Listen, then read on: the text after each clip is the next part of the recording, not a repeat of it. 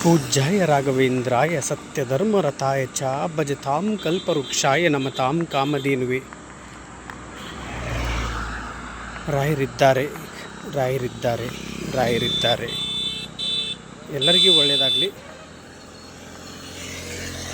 ಇದು ದೇವರ ಪರೀಕ್ಷೆ. ನೋಡಿ, ಆ ಕಡೆ ಹೋಗೋಣ ಅಂತೇಳಿದರೆ ಗಾಡಿ, ಇದು ಸಿಂಗಲ್ ರೋಡು, ಇಲ್ಲೇ ಪಕ್ಕದಲ್ಲೇ ಓಡಾಡ್ತಾ ಇರುತ್ತೆ ಗಾಡಿ. ಆ ಕಡೆಯೂ ಬರಬೇಕಾದ್ರೆ ಸಿಂಗಲ್ ವೇಯಲ್ಲಿ ಆ ಕಡೆಯೂ ಗಾಡಿ ಬರ್ತಾ ಇರುತ್ತೆ. ಈ ಕಲ್ಲಿನಲ್ಲಿ ನಡೆಸ್ಕೊಂಡು ಕರೆದುಕೊಂಡು ಹೋಗ್ತಾ ಇದ್ದಾರೆ ಅಂತೇಳಿದರೆ ಇದೊಂದು ಪರೀಕ್ಷೆ. ಯಾಕೆಂದರೆ ನೋಡಿ ಎಷ್ಟು ಕತ್ತಲಾಗಿದೆ. ಯಾಕೆ ಒಂದು ವಿಚಾರದಲ್ಲಿ ಅಂದರೆ ಹೇಳ್ಬೋದು, ನೀವು ಅಲ್ಲೇ ಎಲ್ಲಾದರೂ ವಸತಿ ಮಾಡ್ಬೋದಲ್ಲ ಅಂತ. ವಸತಿ ಮಾಡೋದಕ್ಕೆ ಅಲ್ಲಿ ದಾಟಿ ಬಂದುಬಿಟ್ಟೆ ನಾನು. ಅಂದರೆ ಇನ್ನು 3 ಕಿಲೋಮೀಟ್ರ್ ಹಿಂಗೆ ನಡ್ಕೊಂಡು ಹೋಗಬೇಕು. 3 ಕಿಲೋಮೀಟ್ರ್ ಆ ಕಡೆ ಅಲ್ಲೆಲ್ಲೂ ಇರಲಿಲ್ಲ. ಈಗ ನಾನು ಬಂದಿರೋದು ಸುಮಾರೊಂದು ಸಂಜೆ ಟೈಮಲ್ಲಿ 15 ಕಿಲೋಮೀಟ್ರ್ ಆಯ್ತು. ಇವಾಗ 4 ಗಂಟೆಯಿಂದ ನಾನು ಬೇಗ ತಲುಪ್ತೀನಿ ಅಂತ ಬಂದೆ. 4:15 ಆಗಿತ್ತು ಬಿಟ್ಟಾಗ. ಆದರೂ ಅಲ್ಲಿ ಇಷ್ಟು ಬೇಗ ಬಂದರೂ ಇನ್ನೂ 3 ಕಿಲೋಮೀಟ್ರ್ ಇದೆ ಅಂತೆ.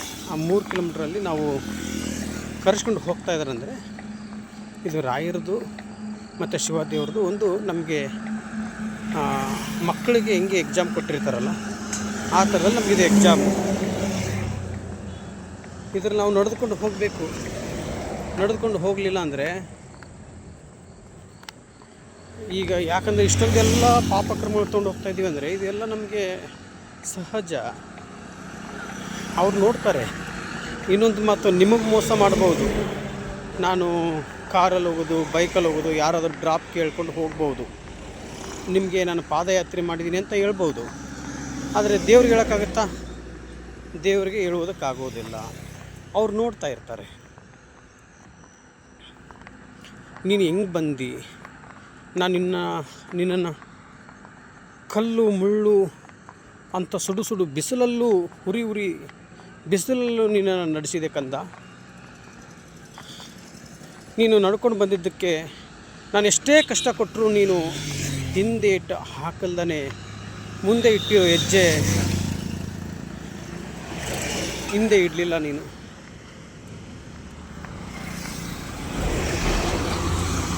ಅದಕ್ಕೆ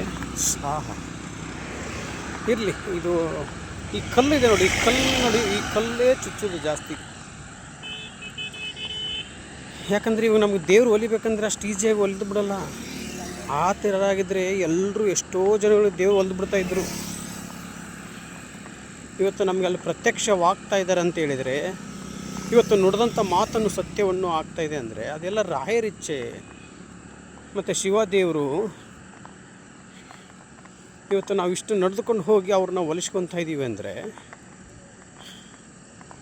ಅದು ಬರಿಗಾಲಲ್ಲಿ ಹೋಗ್ತಾ ಇದ್ದೀವಿ ಅಂದರೆ ಇದು ರಾಯರು ಶಿವದೇವರು ನಮಗೆ ಒಲಿತಾರೆ. ಆಯಿತು ಮಗನೇ, ನಿನಗೆ ಏನು ಬೇಕು ಕೇಳು ಅಂತ ಹೇಳಿದಾಗ ನನಗೆ ನಿಮ್ಮ ಮಕ್ಕಳು ಏನು ಆಸೆ ಇಟ್ಟು ನನಗೆ ಕಲಿಸ್ಕೊಟ್ಟಿದ್ದಾರೆ ನಿಮ್ಮ ಹತ್ರ, ಅವ್ರಿಗೆಲ್ಲರಿಗೂ ಈಡೇರಿಸು ತಂದೆ ಅಂತ ಕೇಳಿಕೊಂಡು ಬರುತ್ತೇನೆ. ಅವ್ರು ಪ್ರತ್ಯಕ್ಷವಾಗ್ತಾರೆ. ನೀನು ಇಷ್ಟು ನಡೆದುಕೊಂಡು ಬಂದಿದ್ದೀಯ ಕಂದ, ಕಲ್ಲು ಮುಳ್ಳು ಬಿಸಿಲು ಏನೂ ಅನ್ನಲ್ದಾನೆ ನಡೆದುಕೊಂಡು ಬಂದಿದ್ದೀಯಾ. ನಿನಗೆ ಏನು ಅನುಗ್ರಹ ಆಗಬೇಕು ಅಂತ ಕೇಳಿದ್ರೆ, ನನಗೆ ಆಸ್ತಿ ಅಂತಸ್ತು ಅದು ಏನೂ ಬೇಡ. ಯಾರು ಪ್ರತಿಯೊಂದು ವಿಡಿಯೋದಲ್ಲೂ ಹೇಳಿದ್ದೀನಿ, ಇವಾಗಲೂ ಹೇಳ್ತಾ ಇದ್ದೀನಿ, ಯಾರು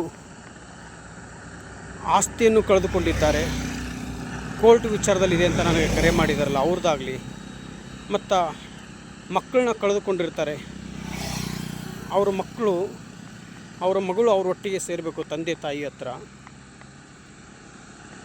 ಯಾರು ಅವ್ರು ಇಷ್ಟಪಟ್ಟಿರೋ ಹುಡುಗನ್ನ ಕಳೆದುಕೊಂಡಿರ್ತಾರೆ, ಹುಡುಗನಾಗಲಿ ಹುಡುಗಿನಾಗಲಿ, ಎಲ್ಲರೂ ಸುಮಾರು ಜನ ಫೋನ್ ಮಾಡಿದ್ದಾರೆ. ಅವ್ರ ಹೆಸರು ಹೇಳೋದು ಬೇಡ. ಅವ್ರಿಗೆ ಅವರೊಟ್ಟಿಗೆ ಬದುಕಬೇಕು ಅನ್ನೋದೇ ನನ್ನ ಆಸೆ. ಯಾರು ಗಂಡನ ಕಳೆದುಕೊಂಡು ಡೈವರ್ಸ್ ಕೇಸಲ್ಲಿ ಪರದಾಡ್ತಾ ಇರ್ತಾರೆ, ಅವರೆಲ್ಲರೂ ಡೈವರ್ಸ್ ಆಗೋದು ಬೇಡ ಅಂತ ಹತ್ರನೇ ಬಂದ್ಬಿಟ್ರಲ್ಲಪ್ಪ ಈ ಬಸ್ಸವರು. ಸ್ವಲ್ಪ ಮಿಸ್ ಇಲ್ಲಿ ಇಷ್ಟು ಇದ್ದದ್ದು ಸ್ವಲ್ಪ ಜರುಗಿದೆ, ಹೋಗ್ಬಿಡ್ತು ಬಸ್. ಯಾರು ಅನಾರೋಗ್ಯದಿಂದ ಬಳಕ್ತಾ ಇದ್ದಾರೆ ಅವರೆಲ್ಲರೂ ಹುಷಾರಾಗಬೇಕು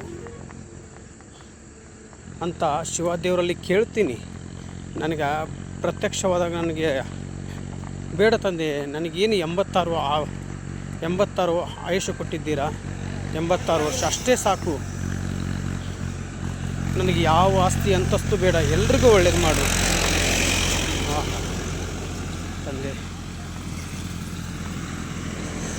ಕಲ್ಲು ಮುಳ್ಳು ಹೂವಿನಲ್ಲಿ ಕರೆದುಕೊಂಡು ಹೋಗ್ತೀರಾ ಅಂತ ನಿಮ್ಮನ್ನ ನಂಬಿ ನಿಮ್ಮ ಸನ್ನಿಧಾನಕ್ಕೆ ಬರುತ್ತಾ ಇದ್ದೀನಿ ತಂದೆ. ಎಲ್ಲರಿಗೆ ಒಳ್ಳೆಯದಾಗಲಿ. ಆದರೆ ಇನ್ನೊಂದು ವಿಚಾರದಲ್ಲಿ, ನೀವೆಲ್ಲರೂ ನೋಡ್ತಾ ಇದ್ದೀರ ವಿಡಿಯೋಗಳನ್ನು, ಇವ್ರದ್ದು ರಾಯರದು ಎಂಥ ಪವಾಡ ಅಂದರೆ ಅದ್ಭುತವಾದಂಥ ಪವಾಡ. ನಾನು ರಾಯರ ಸನ್ನಿಧಾನದಿಂದ ಇಲ್ಲಿವರೆಗೂ ಬಂದ್ರೂ ಮಹಾರಾಷ್ಟ್ರ ಎಷ್ಟು ಊರುಗಳು, ಎಷ್ಟು ತಾಲೂಕುಗಳು, ಎಷ್ಟು ಜಿಲ್ಲೆಗಳು ದಾಟ್ಕೊಂಡು ಇಲ್ಲಿವರೆಗೂ ಬಂದ್ರೂ ನಮ್ಮ ಕಡೆಯಿಂದ ₹1 ಖರ್ಚಾಗುವುದಕ್ಕೂ ಬಿಟ್ಟಿಲ್ಲ ನೋಡಿ. ಎಲ್ಲರೂ ಮನೆಯಿಂದನೇ ಮನೆ ಊಟನೇ ತಂದು ಕೊಟ್ಟಿದ್ದಾರೆ. ಮಹಾರಾಷ್ಟ್ರಕ್ಕೆ ಬಂದ ಮೇಲೆ ಇವತ್ತು ಮತ್ತೆ ಮನೆ ಊಟನೇ ಕೊಡಿಸ್ತಾ ಇದ್ದಾರೆ ರಾಯರು. ಅಲ್ಲಿ ನಮ್ಮವರಿದ್ದರೂ ಪರವಾಗಿಲ್ಲ, ಕನ್ನಡದವರು ನನ್ನ ತಂದೆ ತಾಯಿಂದಿರು, ಅಣ್ಣ ತಮ್ಮಂದಿರಿದ್ದರು. ಆದರೆ ಇಲ್ಲಿ ಮಹಾರಾಷ್ಟ್ರದಲ್ಲಿ ಇವ್ರು ಯಾರು ಅಂತಲೇ ನನಗೆ ಗೊತ್ತಿಲ್ಲ. ಅದಕ್ಕೆ ಹೇಳ್ತಾ ಇರೋದು, ರಾಯರಿದ್ದಾರೆ. ಮತ್ತೆ ನಿಮಗೆ ನೆಕ್ಸ್ಟ್ ವಿಡಿಯೋದಲ್ಲಿ ಸಿಗ್ತೀನಿ. ಎಲ್ಲರಿಗೂ ಒಳ್ಳೆಯದಾಗಲಿ. ಲೈವ್ ಬರ್ತೀನಿ ಆಮೇಲೆ. ಶುಭವಾಗಲಿ.